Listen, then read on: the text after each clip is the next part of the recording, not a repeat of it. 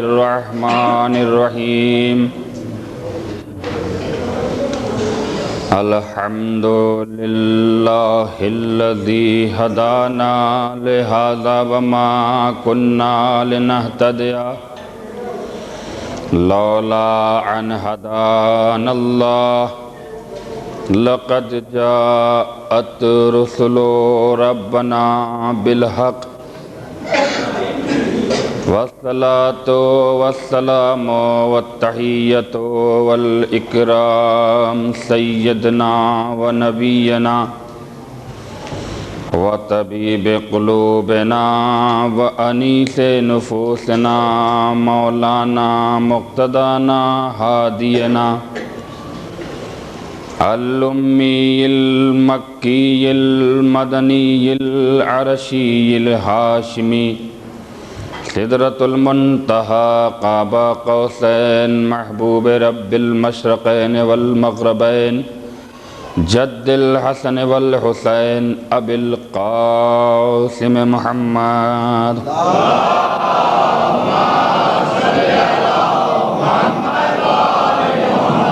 الذین اذهب اللہ عنہم الرجس اہل البیت ویطہرکم تطہیرا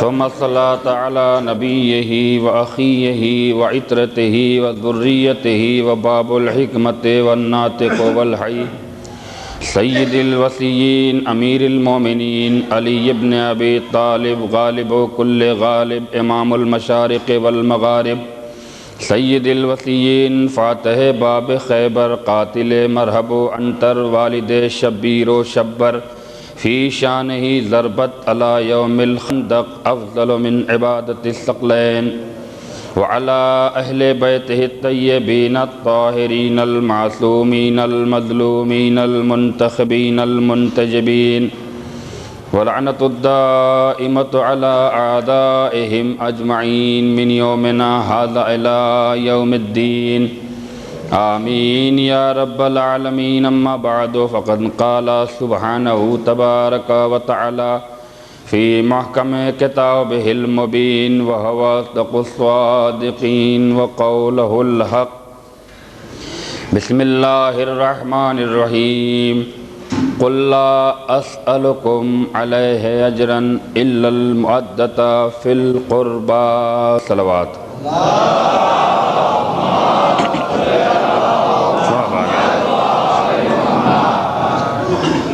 پروردگار عالم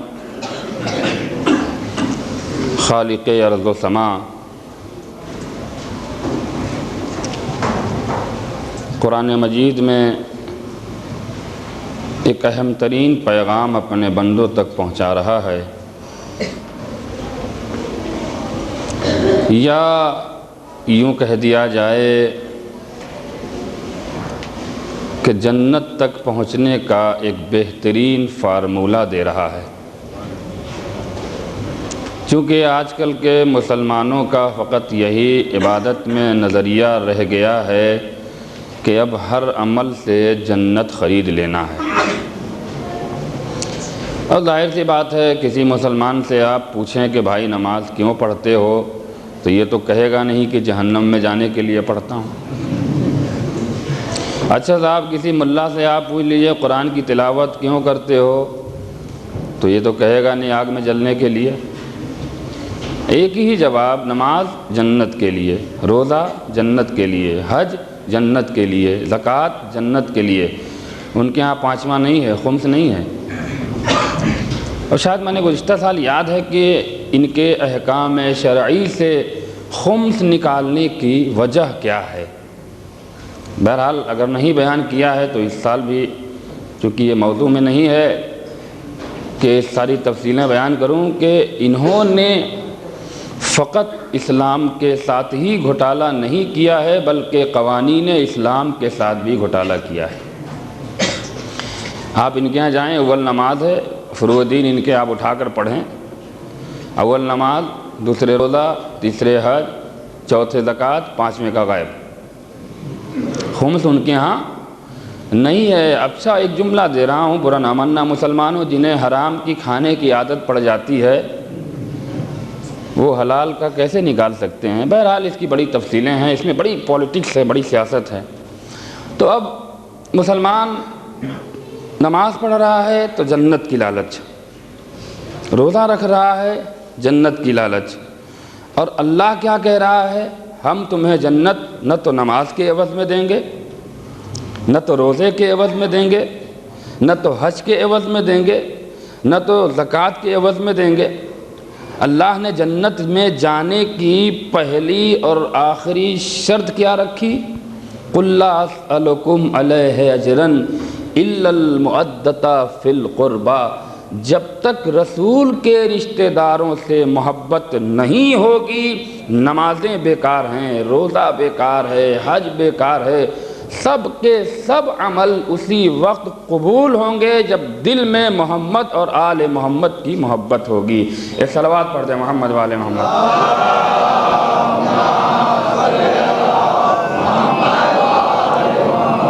اب آج سے انشاءاللہ ایسی بحث کر رہا ہوں، یہ گفتگو فقط پرسنلی کر رہا ہوں، اور یہ سارے جو واقعات ہیں اور جو مناظر ہیں وہ فقط ہماری ہی ذات کے لیے مخصوص بھی ہیں۔ اور یقیناً ہم شیعہ بھی کیسے ہیں کہ جو ذکر نہ کریں، لہذا آج آپ سنیں، اب جنگوں کا ذکر شروع ہو رہا ہے آج سے۔ بہرحال اتنا وقت نہیں ہے کہ اتنی بڑی بڑی جنگوں کو ایک گھنٹے میں سمیٹا جائے، لیکن اصل بات جو میں نے بڑی محنت کیا ہے آپ تک پہنچانے کے لیے وہ پہنچاؤں گا، اور یقین ہے کہ آج جو بھی عاشق علی ہوگا یہاں سے اپنے ایمان کو تازہ ہی کر کے اٹھے گا۔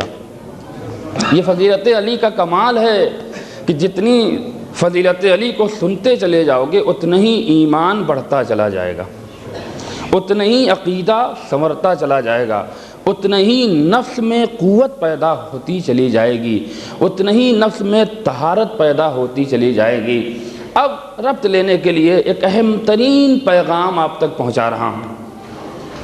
اللہ، یہ روایت اہل سنت کی کتابوں میں بھی نے دیکھا ہے، اور یہ کتاب اور سنت یعنی حدیث میں یہ منقول ہے کہ اللہ نے مسلمانوں سے کیا کہا ہے کہ دیکھو تم اس وقت تک مومن نہیں ہو، تم اس وقت تک مومن نہیں ہو جب تک تم میرے محمد کو اپنے باپ، اپنے ماں، اپنے بھائی، اپنے بہن، اپنے شہر، اپنے رشتہ دار، اپنے علاقہ، اپنے صوبوں سے زیادہ محبت نہ کرو۔ اب چونکہ گفتگو قرآن اور آل محمد کی ہے لہذا اب ربط لے رہا ہوں، اور تھوڑا سا اور انتظار کر رہا ہوں، جو لوگ رہ گئے وہ بھی آ جائیں۔ اللہ کیا کہہ رہا ہے؟ تم میں سے کوئی مومن نہیں ہے جو میرے محمد کو اپنے سارے رشتہ داروں سے زیادہ محبت نہ کرے۔ اب دیکھیے اللہ نے یہاں پر فطرت کو اور محبت کو لڑایا ہے۔ اہل علم بیٹھے ہیں لہذا یہ فلسفی گفتگو کر رہا ہوں، تھوڑا سا ہمارے جوان بھائیوں کو تکلیف ہوگی، لیکن بہرحال میں واضح کروں گا۔ اللہ نے یہاں فطرت کو اور محبت کو ٹکرایا ہے۔ فطرت کیا کہتی ہے کہ جو محبت باپ کے دل میں بیٹے کی ہوگی وہ محبت باپ کے دل میں اپنے پڑوسی کے لیے نہیں ہوگی۔ اچھا الٹا کر دیں، جو محبت بیٹے کے دل میں ماں اور باپ کی ہوگی وہ محبت چچا اور پھوپھی کی نہیں ہوگی۔ یہ ایسا کیوں ہوتا ہے؟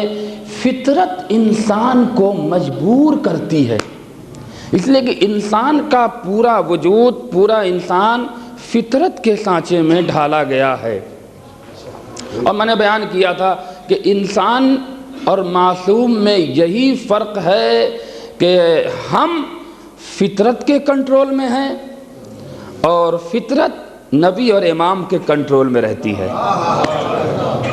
بس یہ ایک آسان سا میں نے فرق بیان کیا ہے، اور اب یہاں سے گفتگو آپ سنیں انشاءاللہ آج کی مجلس میں بہت مزہ آئے گا۔ تو اب یہاں سے آپ کو تیار کر رہا ہوں، ایک بھائی کے دل میں جو سگے بھائی کی محبت ہوگی وہ ضروری نہیں ہے کہ چچا کے لڑکے سے بھی اتنا ہی محبت ہو جتنا سگے بھائی سے محبت ہے۔ اچھا صاحب ٹھیک ہے، میرا ایک جگری دوست، جو اس دوست کو اپنے ماں باپ سے محبت ہوگی ضروری نہیں ہے کہ وہی محبت میرے دل میں ہو۔ کیوں؟ بھائی میں عزت کروں گا، ٹھیک ہے، اس کی ماں ہے، احترام کروں گا، باپ ہیں، عزت کروں گا، لیکن ضروری نہیں ہے کہ جس طرح وہ محبت کر رہا ہے اسی طرح میں بھی اس کے ماں باپ سے محبت کروں۔ اچھا تھوڑا سا اس کو اور الٹ دیں، میرے ماں باپ سے میرا ایک جگری دوست ان کی عزت تو کر سکتا ہے، ان کا احترام تو کر سکتا ہے، ان کا خیال تو کر سکتا ہے، ان کی ضرورتوں کو پوری تو کر سکتا ہے، مگر وہ محبت نہیں کر سکتا جو محبت میرے دل میں ہے۔ اللہ نے کیا ٹکرایا ہے کہ دیکھو محمد کو ہم نے فقط وجود بنا کر دنیا میں نہیں بھیجا ہے بلکہ محمد کو نعمت بنا کر بھیجا ہے۔ اور یاد رکھو میری کوئی نعمت بغیر قربانی دیے تمہیں حاصل نہیں ہو سکتی۔ اے میرے پروردگار، تو نے محمد کو نعمت بنا کر بھیجا ہے۔ سورہ آل عمران کی 103 آیت، میں ترجمہ نہیں کروں گا، مجھے آیت یاد ہے، مطلب ملے گا، مگر وقت نہیں ضائع کرنا چاہتا ہوں، جس میں اللہ محمد کو نعمت بنا کر بھیج رہا ہے۔ میرے معبود، تو نے سورج کے لیے شرط نہیں رکھی، تو نے چاند کے لیے شرط نہیں رکھی، تو نے ستاروں کے لیے شرط نہیں رکھی، یہ بھی تو نعمت ہے۔ تو نے زمین کے لیے شرط نہیں رکھی، یہ بھی تو نعمت ہے۔ تو نے پانی کے لیے شرط نہیں رکھا کہ پانی اس وقت پینا جب سارے رشتہ داروں سے زیادہ پانی سے محبت کرنا۔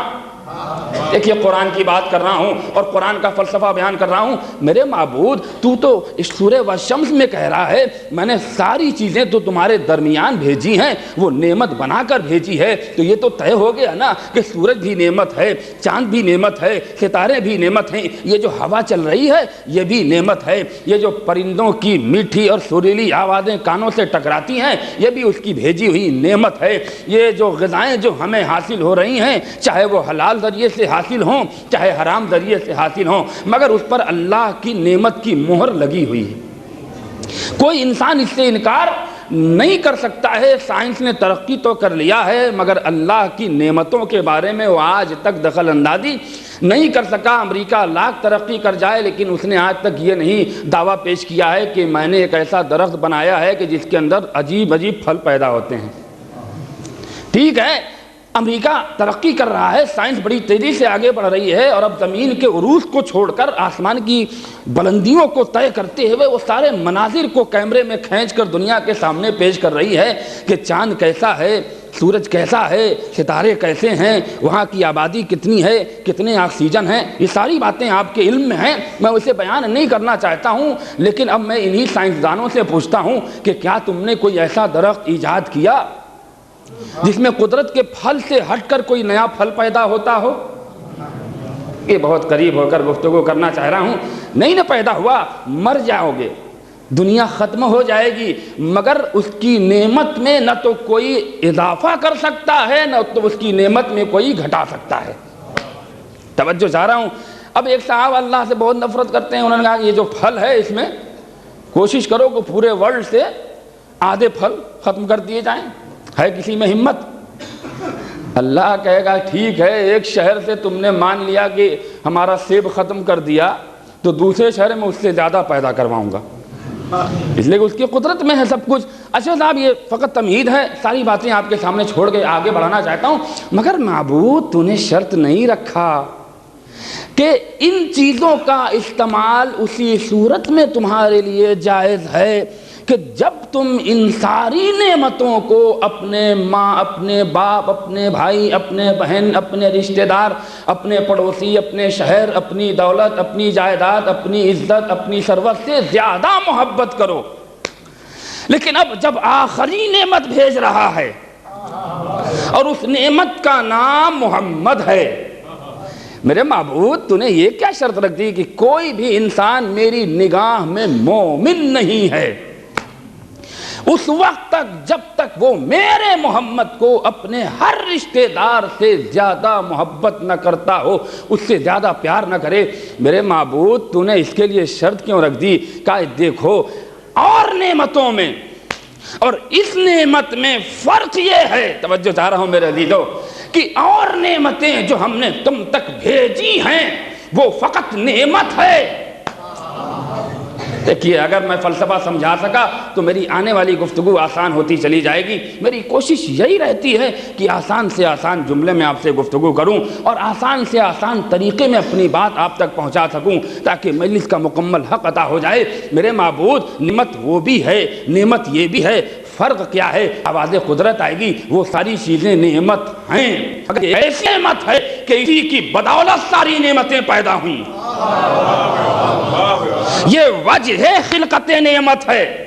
توجہ چاہ رہا ہوں، زمین اسی کے صدقے میں، آسمان اسی کے صدقے میں، سورج اسی کے صدقے میں، ستارے اسی کے صدقے میں، جتنی بھی نعمتیں آج کا انسان استعمال کر رہا ہے وہ سب محمد کے صدقے میں پیدا ہوئی ہے۔ تو اے محمد سے نفرت کرنے والے مسلمانوں جو کہہ رہے ہیں بس ہمیں اللہ کافی ہے، ہمیں اللہ سے چاہیے، نہ ہم محمد کو جانتے ہیں، نہ ہم علی کو جانتے ہیں، نہ میں کسی نبی کو جانتے ہیں، اور کمال تو یہی ہے کہ اس قوم کو تکلیف کم ہے، دوسروں کو تکلیف زیادہ ہے۔ اللہ جب کسی قوم کو پناہ دینا چاہتا ہے تو دشمن جو قوم ہوتی ہے اس کو آپسی میں لڑا دیتا ہے۔ دیکھیے میں کچھ کہہ رہا ہوں، یہ ہماری قوم کی خوش نصیبی ہے کہ نہیں ہے کہ ٹھیک ہے صاحب ایک قوم پیدا ہوئی ہے نا، وہ کہتی بس جو کچھ ہے وہ اللہ ہے اور بقیہ کسی کو ماننے کے لیے تیار نہیں ہے۔ یہ پریشانی اسی لیے بڑھ گئی کہ جن کو ہم دنیا کے سامنے سچا ثابت کرنے میں لگے ہیں، اگر آدھے لوگ مائنس ہو جائیں گے تو ہمارا مشن کامیاب کیسے ہوگا، ہم اپنے پلان میں کامیاب کیسے ہوں گے؟ لہذا اب یہ قوم بڑی سکون سے جی رہی ہے کہ یہ آپسی میں پہلے فیصلہ کر لیں کون حق پر ہے کون حق پر نہیں ہے، اس کے بعد نہ علی کے گروہ سے یہ مقابلہ کریں گے، علی کے چاہنے والوں سے ٹکر لیں گے۔ تو اب عزیزو اللہ کی قدرت میں کوئی دخل اندازی نہیں کر سکتا اور اللہ کے بنائے ہوئے قانون کو کوئی توڑ نہیں سکتا ہے، یہ اس کا ایک بنایا ہوا اصول ہے۔ کوئی بندہ چاہے جتنی طاقت حاصل کر لے، مگر اب میرے معبود تو نے محمد کے لیے شرط رکھی کہ اس وقت تک مومن نہیں ہو جب تک اسے تم سب سے زیادہ نہ چاہو۔ توجہ چاہ رہا ہوں، تب یہ طے ہو گیا کہ مومن وہی ہوگا جس کے دل میں محمد کی محبت سارے رشتہ داروں سے زیادہ ہو۔ تو اب اگر انسان مسلمان نہیں کرا اللہ کہ میری نگاہ میں اسی وقت تک مسلمان ہو، نہیں کرا اسی وقت تک مومن ہو۔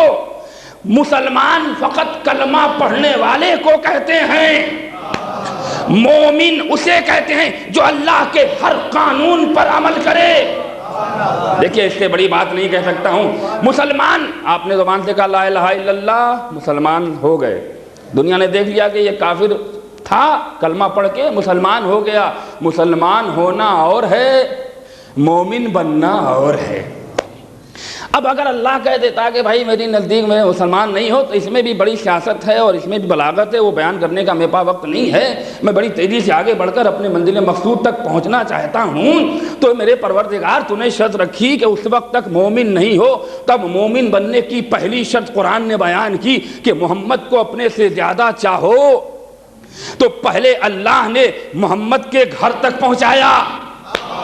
دیکھیے کیا کہنا چاہ رہا ہوں، چونکہ وہ نگاہ دیکھ رہی تھی کہ پہلے یہ قوم محمد کو مانے گی، محمد سے محبت کا دعویٰ کرے گی، محمد کا دامن پکڑے گی، چاہے ان کی نگاہ کربلا پہ جائے نہ جائے، مگر مدینے پہ تو نگاہ ٹکی رہتی ہے۔ طیبہ طیبہ کہہ کے پکارنے والے مسلمان ذرا اللہ کے بنائے ہوئے قانون پہ غور تو کرو۔ اس نے پہلے محمد کے دروازے تک تمہیں پہنچا کر قربانیاں دے کر محبتیں نچھاور کر کے تمہیں مومن بننے کے لیے کہا ہے، اور جب محمد تک پہنچ گئے تو محمد نے کہا دیکھو میں تنہا محمد نہیں ہوں۔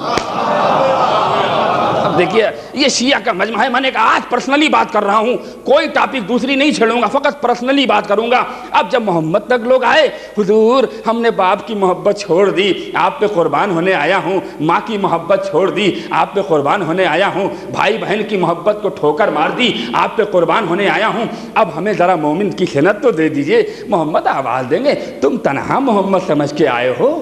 ہاں سرکار کا نہیں، ہم تنہا محمد نہیں ہیں، اولنا محمد، اوسطنا محمد، آخرنا محمد، کلنا محمد۔ تم ایک محمد سے ملنے آئے ہو، ہمارے پاس 12 محمد اور ہیں۔ جب تک ان پر قربانیاں نہیں دو گے، جب تک ان پر جان نثار نہیں کرو گے، نہ تو مومن بن سکتے ہو، نہ تو صاحب ایمان بن سکتے ہو۔ تو اے آدھا ایمان لے کر گھومنے والے مسلمانوں، پہلے ایمان تو مکمل کر لو، پھر مذہب کا دعویٰ کرنا، پھر عقیدے کا دعویٰ کرنا۔ کہ جب انسان کا ایمان مکمل ہوگا تو اس کا عمل بھی مکمل ہوگا، اس کا عقیدہ بھی مکمل ہوگا۔ اس لیے کہ سب سے بڑی چیز ہے وہ ایمان ہے، اسی لیے کہا گیا الاعمال بالنیات، نیت کے اوپر ہی عمل کا دار و مدار ہوتا ہے۔ جیسا ایمان ہوگا، جیسی نیت ہوگی، ویسے ہی پروردگار عالم تمہیں اجر دے گا۔ تو تنہا محمد سمجھ کر ایمان کی صلت حاصل کرنے کی کوشش مت کرنا جب تک سب کے سب محمد پہ قربان نہ ہو جاؤ۔ تو اب اللہ نے کیا کہا کہ دیکھو، اپنوں سے بعد میں محبت کرنا، پہلے میرے اپنے سے محبت کرو، ہے نا اس کا قانون۔ تو اب اللہ کے اپنا کون؟ اللہ کا اپنا کون؟ محمد۔ تمہارے اپنے کون؟ تمہارے گھر والے۔ اللہ کہہ رہا نہیں، پہلے میرے اپنے پہ قربان ہو، اس لیے کہ پہلے باپ کی محبت دور، پہلے محمد سے محبت کرو۔ ماں کی محبت ٹھیک ہے، محبت ہے، مگر یہ بعد میں، پہلے محمد سے محبت کرو۔ بھائی کی محبت ٹھیک ہے، اچھی بات ہے، محبت کرو، مل کے رہو، مگر یہ محبت بعد میں، پہلے محمد سے محبت کرو۔ قرآن یہی تو کہہ رہا ہے نا، احادیث یہی تو کہہ رہی ہے۔ تو اب تمہارے اپنے کون؟ سب دنیا جانتی ہے۔ اللہ کا اپنا کون؟ محمد ہے۔ تو محمد بھی تو کہہ رہے ہیں کہ میرے بھی تو کچھ اپنے ہیں۔ اب مسلمان کہے گا کہ انتظام حیدر صاحب بغیر دلیل کے باتیں کرتے ہیں، ادھر ادھر کی منبر پر اڑاتے ہیں، میری تو سمجھ میں نہیں آتا ہے، مگر آؤ آج تمہیں دلیل دے رہا ہوں۔ اللہ کا اپنا کون؟ دنیا جانتی ہے کہ اللہ کا اپنا محمد ہے۔ تو محمد سے پوچھیں، اے میرے نبی، اے میرے نبی، آپ کا اپنا کون ہے؟ کہ ہم سے کیا پوچھتے ہو؟ میدان مباہلہ میں دیکھ لینا، جہاں قرآن دلیل پیش کر رہا ہے، اب ابناؤنا ابناؤکم ونساؤنا ونساؤکم وانفسنا وانفسکم، تم اپنے نفس کو لے آؤ، تم اپنی عورتوں کو لاؤ، تم اپنے بچوں کو لاؤ۔ یہاں اپنے کا لفظ اس بات کے اوپر دلیل پیش کر رہا ہے۔ آواز دیں گے محمد مجھ سے مت پوچھو، میدان مباہلہ میں دیکھ لینا، جو میرے ساتھ آئیں گے وہی میرے اپنے ہوں گے۔ صلوات پڑھ دیں محمد والے محمد پہ۔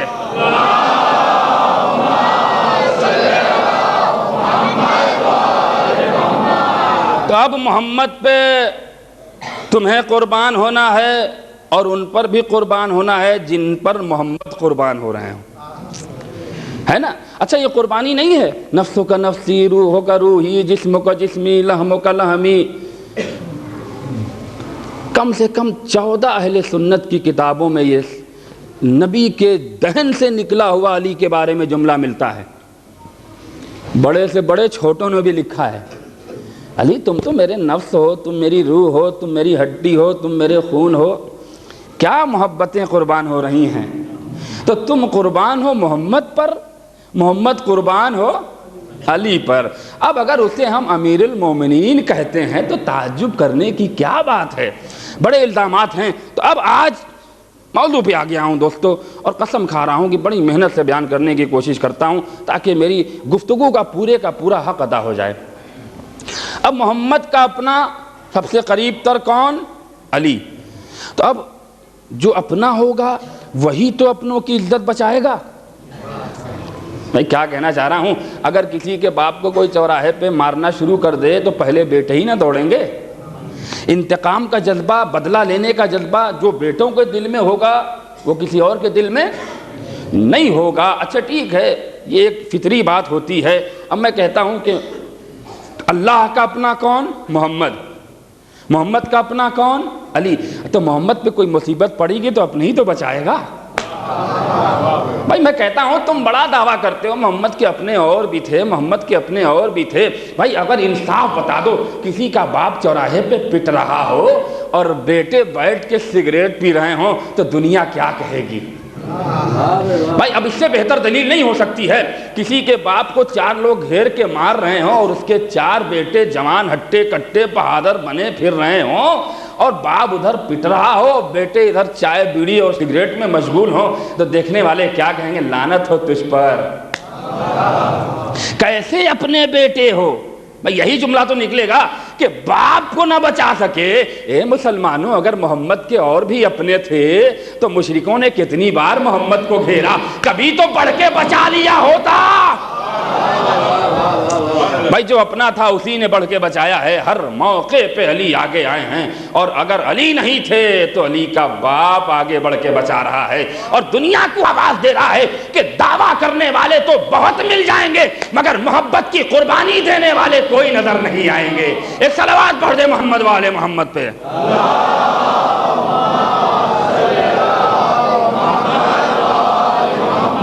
اب عزیزو, علی کی فضیلت اب یہاں سے فقط پرسنلی بات ہے یہ, اور سارے احادیث اقوال قرآن ساری چیزوں سے ثابت کرنے جا رہا ہوں. اسلام میں کے اوپر بھی کبھی کبھی بڑا مشکل وقت پڑا ہے نا. ایسا نہیں ہے کہ ہمارے اسلام نے ہر وقت چین و سکون ہی کی سانس لی ہے. ہر وقت اسلام خطرات سے گھرا ہوا تھا, ہے نا. ساری تاریخیں آپ کے سامنے ہیں, واقعات آپ کے سامنے ہیں. اچھا, اسلام پہ جتنی بار بھی خطرہ آیا ہے کس نے بچایا؟ بس ایک سوال کا اگر مسلمان جواب دے دے تو جو وہ کہے گا میں ماننے کے لیے تیار ہوں. اسلام کے اوپر جب بھی کوئی مشکل پڑی ہے, اللہ کے دین پر جب بھی کوئی مصیبت پڑی ہے, تو کس نے اس دین کو, اللہ کے اسلام کو مصیبت سے چھٹکارا دلوایا؟ دعویٰ کرنے والے بہت ہیں لیکن لاؤ دلیل دو. لیکن میں بیان کر رہا ہوں کہ اسلام کو ہر مشکل سے بچانے والے کا نام علی ہے. اگر علی نہ ہوتا تو اسلام کا وجود ختم ہو گیا ہوتا. اچھا, سب سے پہلی مصیبت اسلام پر, میں وجود محمد کی بات نہیں کر رہا ہوں, اس لیے کہ مسلمان کہیں گے کہ اس وقت تو اسلام بھی نہیں تھا, اعلان رسالت سے پہلے اسلام کا کہاں وجود تھا, لوگ محمدی کو نہیں پہچانتے تھے کہ یہ اللہ کے رسول ہیں, کہ اللہ کے نبی ہیں. وہ غار حرا میں زندگی گزار رہے تھے, چند لوگ ان کے ساتھ رہتے تھے, گھر والے جانتے تھے. جب انہوں نے اعلان رسالت کیا ہے تب نہ لوگ سمجھے ہیں کہ یہ رسول ہیں. مسلمان کہہ سکتا ہے. لیکن اب میں وجود محمد کی بات نہیں کر رہا ہوں, میں تو اسلام کو لے کر چل رہا ہوں. اچھا, اسلام پہ سب سے پہلی مصیبت جنگ بدر ہوئی نا. سب سے پہلی مصیبت ہجرت کے بعد جو جنگیں شروع ہوئی ہیں, تو محمد نے اسلام کا اعلان کر دیا. لوگ سمجھ گئے کہ جو محمد ہے وہی اسلام ہے, جو اسلام ہے وہی محمد ہے. توجہ جا رہا ہوں. تو پہلی مصیبت جنگ بدر کی شکل میں آئی. کس نے اس مصیبت سے بچایا؟ ارے تھوڑا سا بولو, پرسنلی بات ہو رہی ہے. آج نہیں بولو گے تو کب بولو گے؟ اس لیے کہ یہ عادت پڑی رہے, اس لیے کہ محشر میں بہت سے گونگے اٹھائے جائیں گے, اور ہم لوگ تو یا علی مدد کہہ کے اٹھیں گے. تو اگر بولنے کی عادت رہے گی تبھی تو پکار کے اٹھو گے. ایک صلوات پڑھ دے محمد والے محمد پہ.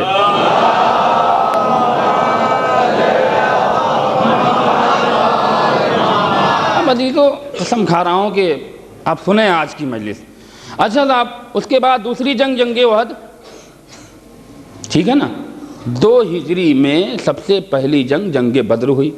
ہجری اپنے جوان بھائیوں کو سمجھا دوں, جب رسول نے مکے سے مدینے ہجرت کیا اسی سن سے ہجری کا سن شروع ہوا. ہوتا ہے نا انگلش میں عیسوی اور اردو میں ہجری. تو اب جتنا آج کی ہجری کا سن آتا ہے سمجھ لے کہ اتنے ہی دن ہو گیا نبی کو ہجرت کیے ہوئے. اگر کوئی پوچھے کہ بھائی کتنے دن ہو گیا نبی کو ہجرت کیے ہوئے, تو فوراً دیکھیے 1426 آ گیا ہے. بس 1426 سال ہو گیا صاحب. اللہ نے ایک آسان جواب رکھ دیا. کیا قدرت کا قانون ہے. اس لیے کہ ہجرت ہی ایک ایسا واقعہ ہے کہ جہاں نفس اور مرضی کا سودا ہوا تھا. اس لیے کہ اللہ جان رہا ہے کہ اگر ہجرت یاد رہے گی تو علی کی فضیلت بھی یاد رہے گی, علی کا مرتبہ بھی یاد رہے گا. اچھا صاحب, یہ ہجری ہے نا, میں نے دوستوں کو سمجھا دیا. اب پریشان مت ہونا کہ یہ جو آگے بنا رہتا ہے یہ ہجری کی نشانی ہے. تو ہجرت جب رسول نے کیا اسی سال سے ہجری کا سن شروع ہوا. اب وہ مدینے آ گئے, اب ساری جنگیں مدینے میں ہو رہی ہیں نا, ٹھیک ہے. تو پہلی جنگ جنگ بدر، انشاءاللہ کسی دن تفصیل سے قرآن میں جو بیان ہے وہ بیان کروں گا۔ اچھا، اسلام پہ جو سب سے بڑا وقت پڑا تھا وہ جنگ خندق کا تھا۔ اس لیے کہ دیکھیے، میں فقط سیاست کی باتیں نہیں کر رہا ہوں، جو پولیٹکس ہے وہ اسلام کی آپ کے سامنے بیان کر رہا ہوں۔ سب سے بڑا وقت جو اسلام کے اوپر پڑا تھا وہ سن 5 ہجری میں جب جنگ خندق واقع ہوئی۔ 2 ہجری، ایک ہی سال کے بعد جنگ احد ہوئی۔ چونکہ جنگ بدر میں قبیلہ قریش کے بڑے بڑے سردار، یعنی جاہلوں کے ابا، سمجھ گئے کہ نہیں آپ؟ دیکھیے ماشاءاللہ بڑا ہوشیار مجمع ہے، صلوات پڑھ دیں محمد والے محمد۔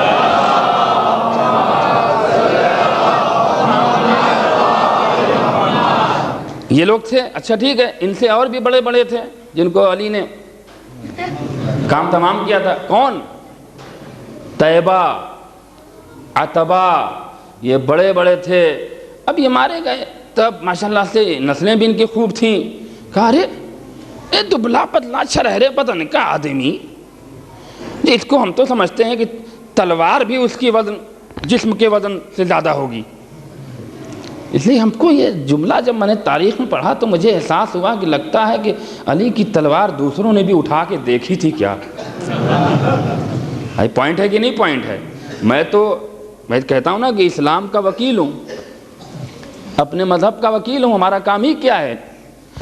اب جو یہ جملہ ہے، جب علی کو لوگوں نے دیکھا، جو لوگ سنے کہ یار جو مارے تھا میرے باپ دادا کو وہ کیسا تھا، سب نے بیان کیا دبلا پتلا سا۔ اچھا، جنگ بدر میں مولا کی عمر کتنی تھی؟ 21 سال ہے نا۔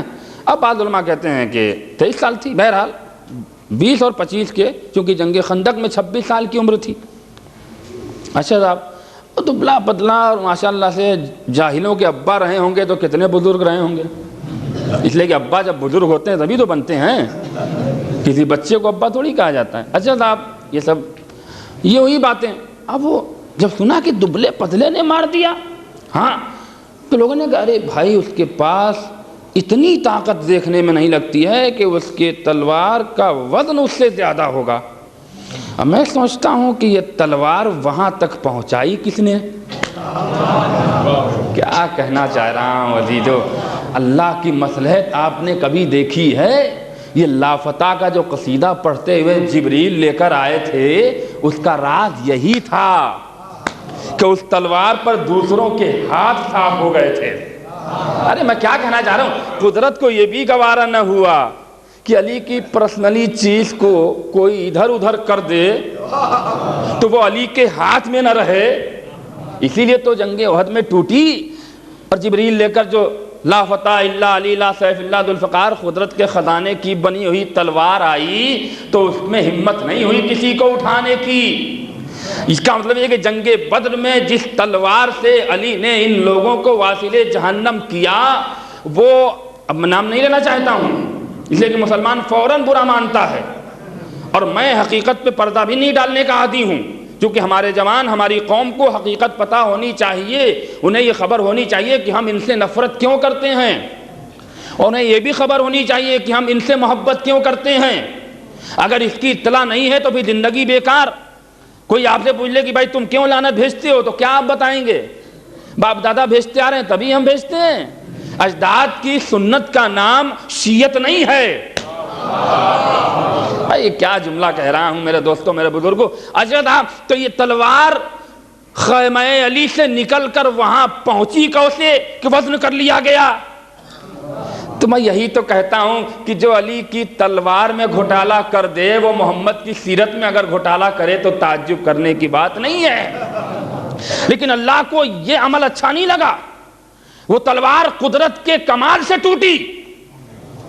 ارے کیا کہنا چاہ رہا ہوں، ورنہ اس کے قدرت میں کس کی ہمت تھی جو علی کے طاقت کے مقابلے آ کر علی کی تلوار کو توڑ دیتا۔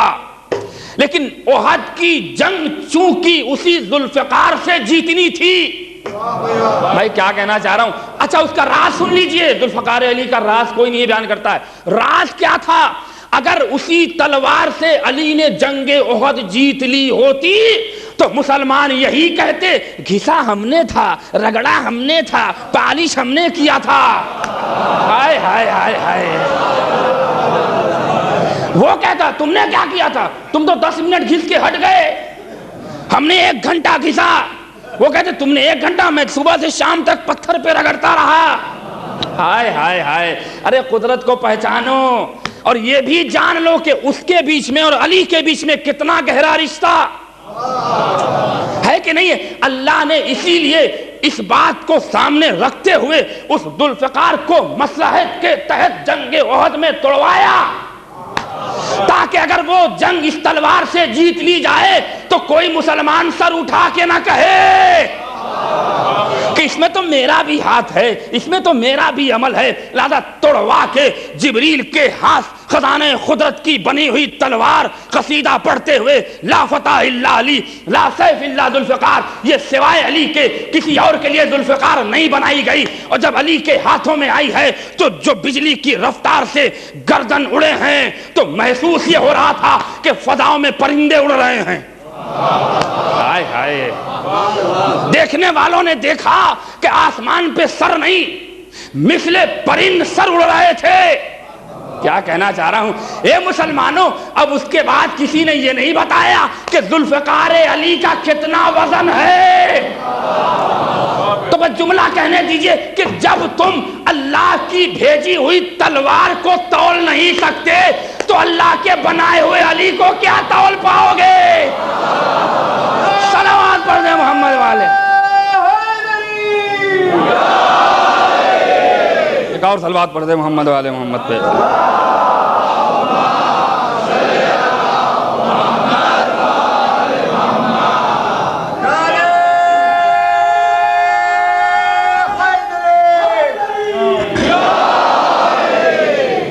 اس لیے کہ جب قصائی بکرا کاٹنے چلتا ہے اتنا بڑا پتھر رکھتا ہے، یہ کیا کر رہے سارے حضور تیز کر رہے ہیں دھار، تو مسلمان کہتا نا کہ ہاں ایسے آسانی سے سر کٹ رہے تھے، تو ہم نے سام رکھا تھا، قدرت نے یہ بھی گوارا نہ کیا۔ ارے میرے علی کو پہچانو مسلمانوں، جو جنگ میں علی کا اتنا خیال کرے تو مرضی میں کیوں نہیں خیال کرے گا۔ اچھا صاحب، جنگ احد انشاءاللہ بیان کروں گا کیسے ہوئی، جنگ بدر کیسے ہوئی۔ آج چونکہ اسلام کی سب سے اہم ترین جنگ کا نام جنگ خندق ہے، لہذا یہاں سے اسٹارٹ کر رہا ہوں، اور سنیں انشاءاللہ طبیعت خوش ہو جائے گی۔ اچھا صاحب، تو اب بدر میں مارے گئے، ان کے بیٹوں کے اندر بدلہ لینے کا جذبہ، احد میں وہ کام ہو گیا۔ اب جنگ خندق کی باری آئی، بچا کون؟ فقیر شام کا باپ،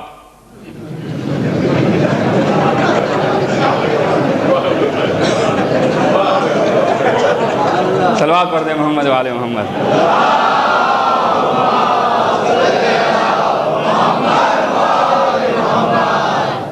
فقیر شام، اسی کمبخت نے، اسی کمبخت کی سیاست سے جنگ خندق ہوئی ہے۔ چونکہ وجہ کیا تھی؟ جنگ بدر میں اس کا یعنی کہ معاویہ سے بڑا بیٹا مارا گیا، اور مارا کس نے سب دنیا جانتی ہے، لیکن جتنے بکرے اس درمیان کٹے ہیں وہ سب میرے مولا علی نے۔ اچھا صاحب، اس کے اندر بہت جذبہ تھا، جو فقیر شام سے بڑا تھا وہ مارا گیا تھا۔ تو اب علماء لکھتے ہیں اب کیا کریں، ان کی کیا مجبوری ہے قلم چلانے میں، میں تو نہیں آج تک سمجھ سکا کہ یہ مسلمان حقیقت پہ کیوں پردہ ڈالنا چاہتا ہے، اور اگر علی کی فضیلت جنگوں سے ظاہر بھی ہو رہی ہے تو انہیں کیوں تکلیف ہوتی ہے؟ جو اللہ تلوار کے بارے میں اتنا خیال رکھے، اب آپ سوچیں بھائی۔ اچھا، مسلمان کہتا ہے کہ بھائی اہل بیت، چلیے مان لیتے ہیں اہل بیت اور اصحاب میں کوئی فرق نہیں ہے، یہ تو شیعہ لوگوں نے فرق بیان کر دیا، اس لیے کہ رسول تو سب کو برابر سمجھتے تھے۔ ہائے ہائے، ارے قربان ہو جائیں تمہارے جملے پر، سب کو برابر سمجھتے تھے۔ اچھا صاحب، اب یہ واقعہ سن لیں، یہ کسی شیعہ نے نہیں لکھا ہے، ٹھیک ہے، اگر برابر سمجھتے تھے تو پھر برابری کا عمل بھی ہوتا۔ یار ہر جنگ میں ان کا کردار پیش کروں گا، قسم کھا رہا ہوں، مزہ آ جائے گا ہر جنگ میں، لیکن آج یہ واقعہ سن لیں، اعتراض کا جواب۔ یہ تو شیعہ لوگوں نے فرق کر دیا ہے کہ اصحاب یہ ہیں، اہل بیت یہ ہیں، لیکن رسول نے تو کبھی نہیں فرق کیا. سب لوگ ایک ساتھ بیٹھتے تھے, ایک ساتھ کھاتے تھے, ایک ساتھ گفتگو ہوا کرتی تھی. ہر موقع پہ حضور کبھی بڑے سے مشورہ کریں, کبھی چھوٹے والے سے کریں, کبھی فلاں سے کریں. اچھا ماشاءاللہ, بڑی خوش نصیبی تھی ان کی, ہم نے تو نہیں کہیں دیکھا بھائی نہ سنا. اچھا اگر مان لیتے ہیں تو اب ایک واقعہ سن لیں. ایک بار مسجد میں حضور تشریف فرما ہیں, ادھر اہل بیت, ادھر صحاب, ادھر اصحاب, ادھر اہل بیت. ایک شخص ٹوکری میں کھجور بھر کے لے آیا, کہا سرکار آپ کی خدمت میں لایا ہوں. کہا اچھا یہ بتا کہ یہ تحفہ ہے کہ صدقہ ہے؟ تو یہی فیصلہ کر رہا ہوں. اگر میری یہ گفتگو سمجھ میں آ گئی تو آپ کو پھر کچھ آگے بیان نہیں کرنا پڑے گا کسی سے. یہ بتا کہ یہ صدقہ ہے کہ تحفہ ہے؟ نہیں سرکار یہ میرے باغ کا نکالا ہوا صدقہ ہے. کہا اچھا ادھر رکھ دے.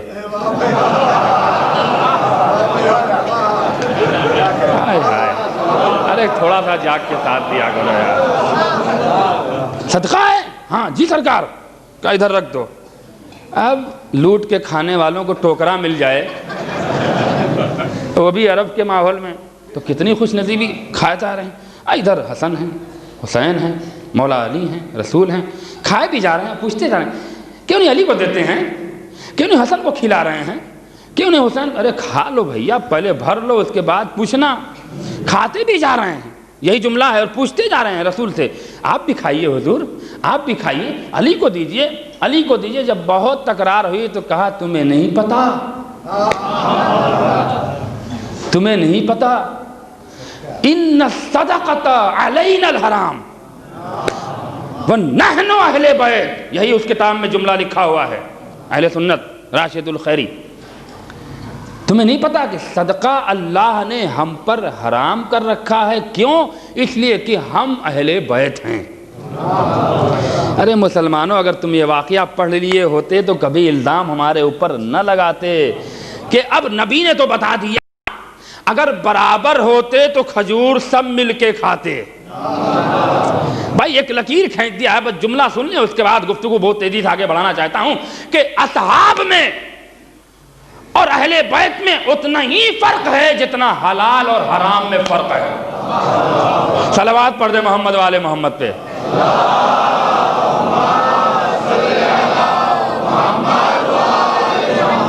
اس لیے کہ اگر وہ پوٹلی ادھر آ جائے تو حرام, اگر وہ ٹوکری ادھر آئے تو حرام. ادھر ہے, میں نے جملہ غلط تو نہیں کہا, کل کا ملا ہم کو پکڑ لے کہ فتویٰ دینے لگے ہیں ممبر پہ بیٹھ کے, ہے نا. تو اب یہ تو ہم نے بتا دیا کہ اتنا ہی فرق ہے جتنا حلال اور حرام میں. اس سے پہلے بھی ایک فرق بیان کر کے گیا ہوں. ایک صلوات پڑھ دے محمد والے محمد.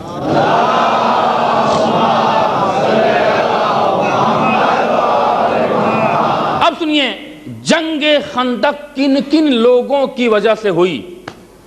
خندق اپنے جوان بھائیوں کو سمجھا رہا ہوں, عربی میں خندق گڈھے کو کہتے ہیں, کھڈا. گجراتی میں کیا بولتے ہو؟ کھڑا. اچھا اردو میں بولتے ہیں گڑھا, گدھا نہیں. یہ خندق کے معنی ہیں, ٹھیک ہے. اب سنیے کہ اس جنگ میں مدینے کے چاروں طرف رسول نے کیا بولے تھے, گڑھا وہ کھنوا رکھا تھا. اور اس کا بھی راز ہے, میرے پاس وقت نہیں ہے چونکہ میں گھڑی بھی دیکھ رہا ہوں اور مجھے اپنے وقت کے اندر ہی مجلس تمام بھی کرنا ہے. اچھا صاحب, تو سن 5 ہجری میں ابو سفیان کا بڑا بیٹا یعنی فقیر شام کا بھائی مارا گیا. اس میں اب جنگ خندق میں مین رول ہے, بقیہ وہ ساری چھوٹی چھوٹی باتیں چھوڑ رہا ہوں, مین باتیں بیان کر رہا ہوں. اہم رول جن کا تھا خالد ابن ولید, عمرو عاص اور یہ کم بخت ابو سفیان. یہ 3 لوگوں نے سارے قریش اور مشرکوں کو یہ بھڑکا دیا تھا. اب دیکھیے راز کیا ہے, ان لوگوں نے جو کچھ علی نے مارا تھا تو مارا ہی تھا.